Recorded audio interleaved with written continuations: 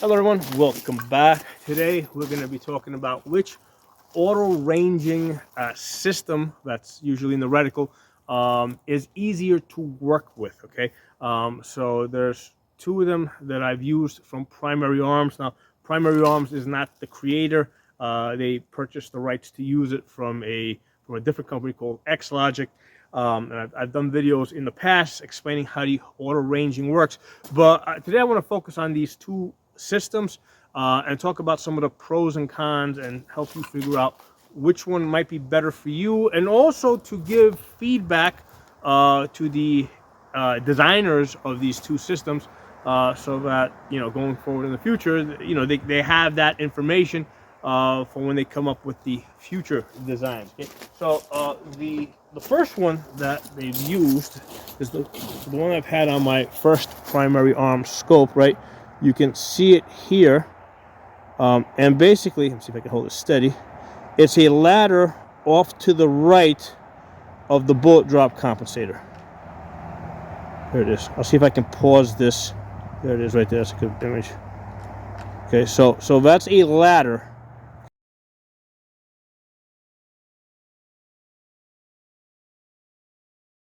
Okay, and then the other one, so that was the original Primary Arms scope that went out with this acss reticle. So this is a later version. This is a much more complex reticle, a lot more information. Get this thing lined up. There it is. Let's try and get you in focus. Move it around, find focus. There it is. Okay, all right, so you guys can see what it actually looks like.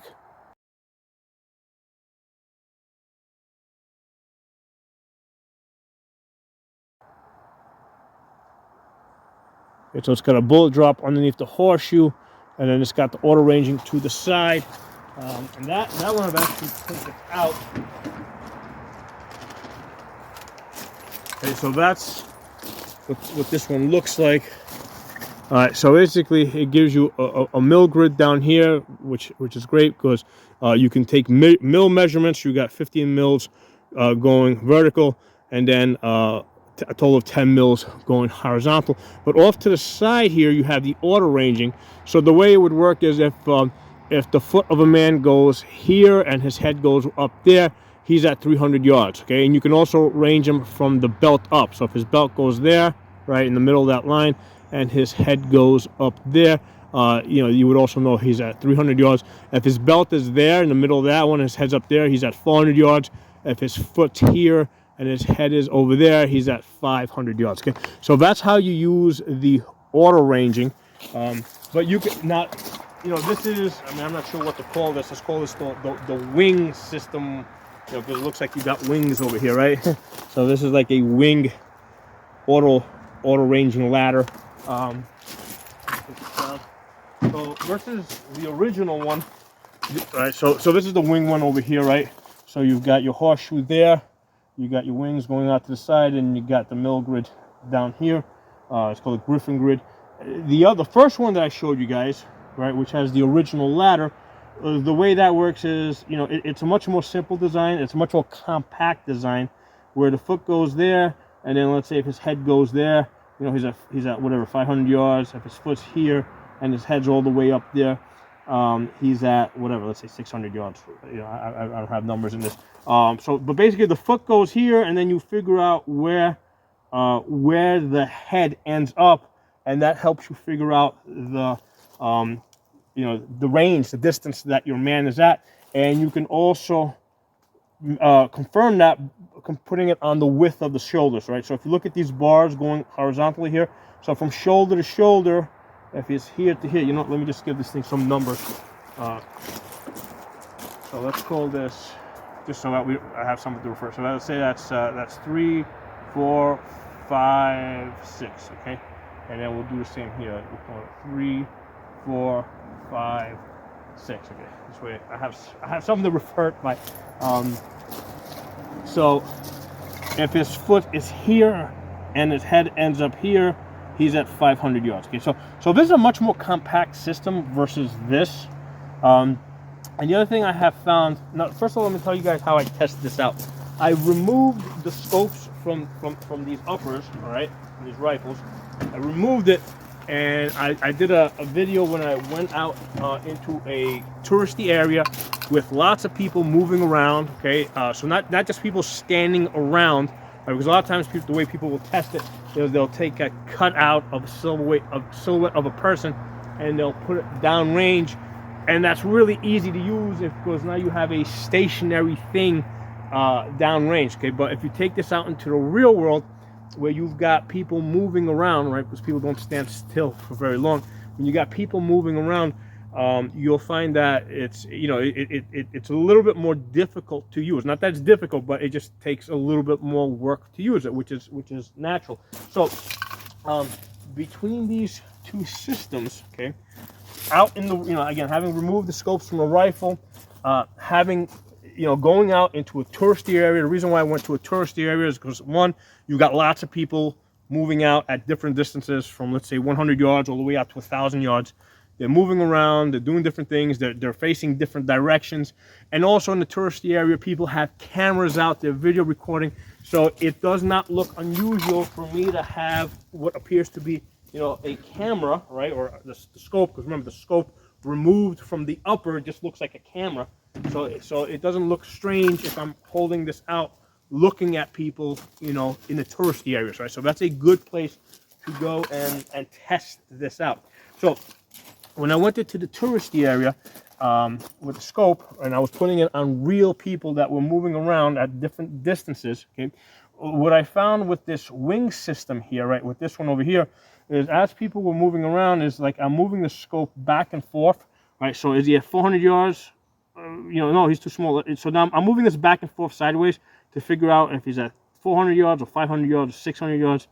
I'm kind of going back and forth, versus with the ladder system, right? With this ladder one here, where I could just put his feet here and just follow it, and then just look at his head and see where it's bopping around, right? Is it bopping between 4 and 5, or is it bopping between 5 and 4? Is it bopping between 6 and 5, or between 5 and 4? So I'm just watching the head bop around, and I don't have to move this back and forth like I was doing with this one, moving it back and forth to figure out where to line this up, okay? So in practicality, out in the real world with real people moving around in unpredictable directions, I found this one, this older system, easier to use in practicality. Now, the only issue I had with this is in cases where I could not see the full length of them, right, where I could only see them from the belt up, that was hard. I didn't know, you know, I had to kind of figure out. Hold on, let me pause this camera because there's an airplane coming overhead. Pause.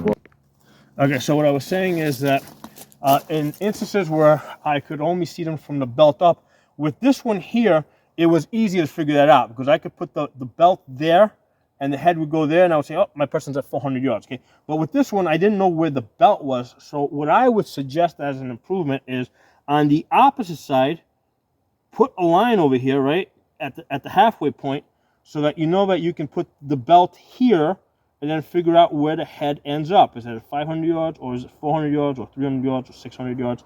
Okay, so that's what I would recommend. A line on the opposite side, not to confuse these over here, a line on the opposite side over here to help you range estimate from the belt up, okay? I think that would be very useful. Now, the other thing, let me close this marker.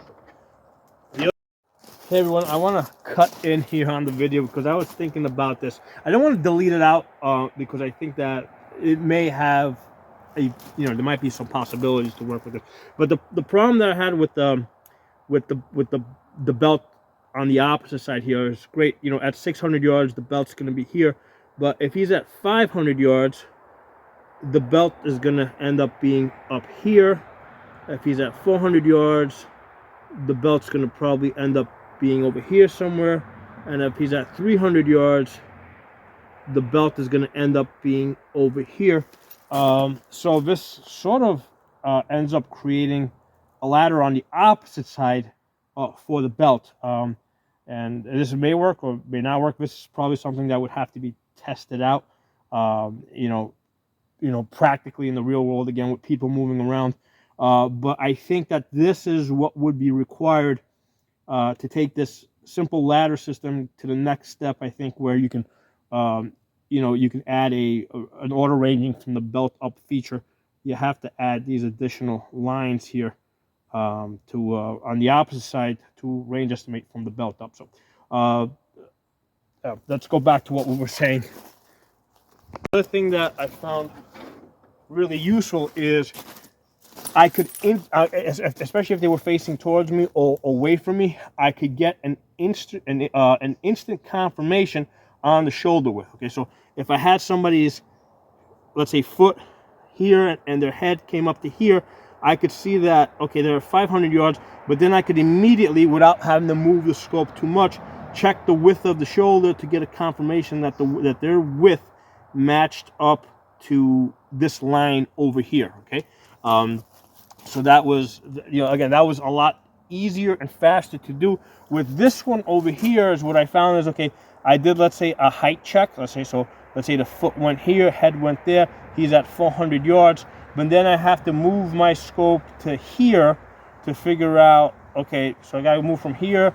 I had to move the scope, this part of the scope, to the person to check the width of the shoulder to get that second confirmation for distance. Okay, so I'm using two different parts of the reticle to range estimate, versus with this one over here, I'm just using the same part to get both a height, to range estimate based on height, and then also confirm with the width of the shoulder. Okay, so I did find this a little easier to use. Okay, so originally when I got this scope over here that had this system, I thought that these wings coming out from the sides might be useful because they might help you find the center of your scope, right? To find the reticle, because they would kind of guide you to the center. And what I'm finding is that these lines are a little bit too thin to help you with that, right? So in fact, what I ended up using is the spine of the Mifflin grid down here. That was actually a lot more useful in helping me find the center. Okay, so contrary to what I initially thought, these wings out here, the ranging ladders on the side, right, they don't help me find the center. So what we can do is, instead of using this, I would recommend go back to the ladder system and just throw that off on the side up here somewhere, and then that would free up this area over here to do other stuff with. Okay, so I mean, what could you do with it? Well, a couple ideas is you could put these these thick lines over here to guide you to the center. Okay, so that's one possibility. Put these thick lines to guide you to the center. You still got your bullet drop over here. So on an etch reticle without illumination, right, especially in like at dusk, or, low light conditions, these thick lines work really great. That would probably work better than trying to. Well, it would definitely work better than trying to use these lines up here to guide you to the center. So that's one option. Now, I do really like the Mifflin grid. Okay, I really do like the Mifflin grid. So what I would actually prefer is I prefer that they actually keep the Mifflin grid and put the dark lines up here. Oh, now, by the way, over here with these lines, you'll notice that I have this ranging ladder, I have it down here, like off to the side over here, right? So you can do your range estimating over here, right? And then you've got your dark lines here to guide you to the center, and then you got your bullet drop over here, and then as a backup, you also have you can also range estimate off of the shoulder. Okay, and this could also be a Raptor. You could also use the acss Raptor system with that. Now, I really like the Mifflin grid. So what I would do is I would keep the Mifflin grid over here, and instead of 4 dark lines, I would just have 3. 1, 2, 3. 3 dark lines, 2 on the side, 1 at the top, to guide you to the center. Keep the Mifflin grid down here, right? What I would do is because the way this works is this Mifflin grid, you've got 15 mils vertical, but only a total of 10 horizontal. I would double it, right? So I would go, so instead of having just 5 and 5, I would go 10 on one side, 10 on the other side. So with the Mifflin grid, I would make that a total of 20 mils going across, right? So you can range estimate other things besides a person, like cars and trucks, and So I would make the Mifflin grid wider, okay? And what I would do is the ranging ladder, instead of putting it down here, right, because we're using up that space for the wider Mifflin grid, I would put that up here, all right? So let's say top right corner or top left corner. That's where I would put this ranging ladder.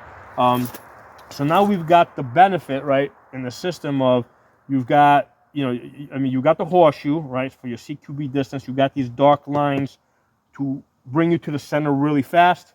You got your bullet drop over here, right? You're able to confirm your range estimation off of the width of these lines. You got your Mifflin grid down here so that you can, you can range estimate other things besides a person, okay? And and then you got your ranging ladder up here off to the side. Small, compact. Use that, find that, and then go down here and see which line of the bullet drop you're going to use. Okay, so that's my thoughts on the ranging ladders. Okay, initially when I saw this, I said, wow, this is really awesome. But it takes up a lot of space in practicality. Like when you go out into the field and you're actually using it, you find yourself moving the scope back and forth to figure out if somebody's at 4 or somebody's at 5.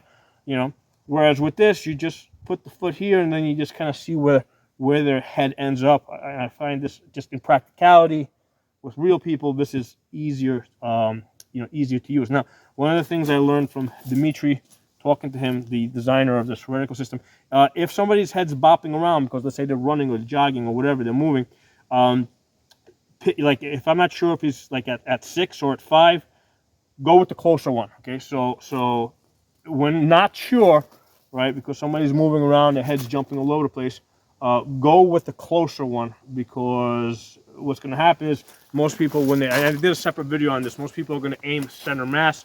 So what happens is if you if he's really at, let's say, at 400 yards and you target him at 300 yards, well, what's going to happen is instead of hitting center mass, you're going to hit the hip.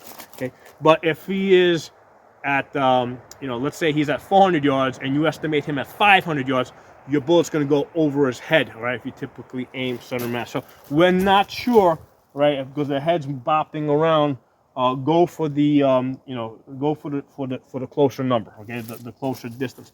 Other thing is if again, also I picked up from Dimitri, if you can't see, let's say even from the belt up, right? If you can see the shoulders, then what you do is you match up the shoulder, or let's say you can only see the head actually. Let's say you can only see the head, because a lot of times if somebody's like peeking over something, like over a car or over a wall or something, and you only see a head, figure out which of these, like put the head here and see if it's proportional, right? So if the head, let's say, is the thickness of my finger, if I put it here, well, right, first of all, if I go at 300, yeah, he looks like he has a little pinhead, right? So again, if his head is the width of my finger, again, his head is too small, proportionate to his shoulders. If I put it here, now that looks a little bit more proportional. So my guy is probably at 500 yards. Okay, all right. So basically, place the head on each one of these shoulders, right? If you can only see the head, and figure out where it looks the most proportionate, and that's the one that you should probably go with. Okay, so anyway, I want to share that information on these two. They're both excellent auto ranging systems from that's offered by Primary Arms on their reticles. So there's two different designs here, and I just want to give you my opinions from my practical experience of putting this on real people, right? Taking a scope off the rifle, going out into an area with lots of people moving around at different distances, confirming it with a rangefinder. So my practical experience has been that this ladder is a little bit easier to use than this wing design here. And if you use the ladder design, okay, basically, because that's more compact, it frees up area to do other things with the reticle. So you can put these dark, you can put these darker lines to guide you to the center, or you can, let's say, put you could put mill lines. You could do other things with the area, because This ladder design is small, it's compact, it's off to the side, and it works really well. Okay, the only thing I would advise is put a line on the other side so that you can you know, range estimate from the belt up. Okay, so drop some comments. Let me know what you guys think. And I'll talk to you all soon. Hey everyone, one more thing I wanted to quickly add. If you're somebody that prefers a much simpler system, let's say like this one versus this one over here with the Miffin grid, where you have, like, say, the horseshoe with chevron, just a basic bullet drop compensator. I mean, you're definitely going to need these dark posts here to bring you to the center, especially when it starts getting like low light like it is right now, right? Starting to get a little dark. But my thinking is that on these posts over here, right, you can still have fine mill lines, right? So each of this, let's say, can have whatever, either 10 or 15 fine little lines so that you can range estimate something like a car, right? And over here it's like whatever, it's 4 mils going across based on these fine little lines over here. And these fine little lines, right, you can have them on both the horizontal and the vertical over here, and even on this one over here. These fine little lines over here, it's not going to detract from you being able to use the dark lines, you know, really fast when you need to, right? So that's something that can definitely be worked into these posts, so that you can have both a you know, you can have the dark German 4, you can have the German 4 post or a duplex reticle, but also have mill lines built into it.